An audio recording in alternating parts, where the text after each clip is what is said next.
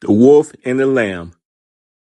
A wolf, meeting with a lamb astray from the fold, resolved not to lay violent hands on him, but to find some plea, which should justify to the lamb himself his right to eat him.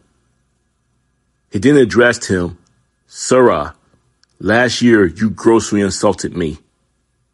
"Indeed," bleated the lamb in a mournful tone of voice. "I was not then born." Then said the wolf, "You feed in my pasture." "No, good sir," replied the lamb. "I have not yet tasted grass." Again said the wolf, "You drink of my well." "No," exclaimed the lamb, "I never yet drank water, for as yet my mother's milk is both food and drink to me." On which the wolf seized him and ate him up, saying, "Well, I won't remain supperless, even though you refute every one of my imputations."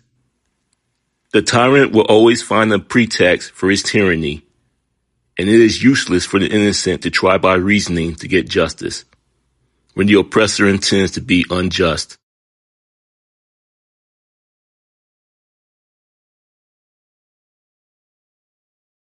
The One-Eyed Doe. A doe, blind of an eye, was accustomed to graze as near to the edge of the sea as she possibly could, to secure greater safety. She turned her eye towards the land, that she might perceive the approach of a hunter or hound, and her injured eye towards the sea, from which she entertained no anticipation of danger. Some boatmen, sailing by, saw her, and taking a successful aim, mortally wounded her.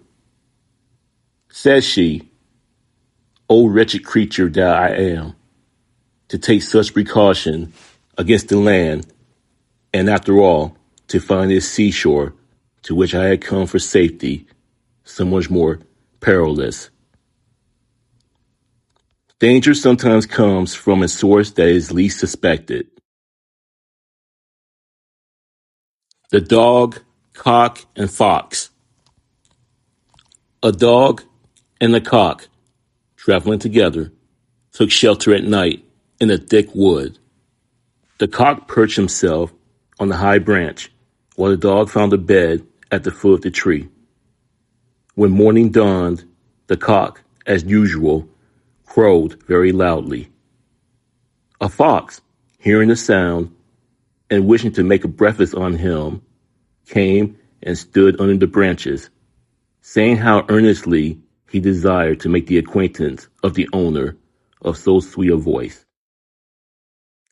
"If you will admit me," said he, "I should very much like to spend the day with you." The cock said, "Sir, do me the favor to go round and wake up my porter, that he may open the door and let you in." On the fox approaching the tree, the dog sprang out and caught him and quickly tore him in pieces.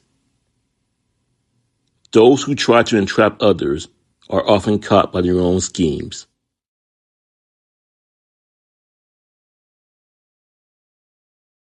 The Mouse, the Frog, and the Hawk.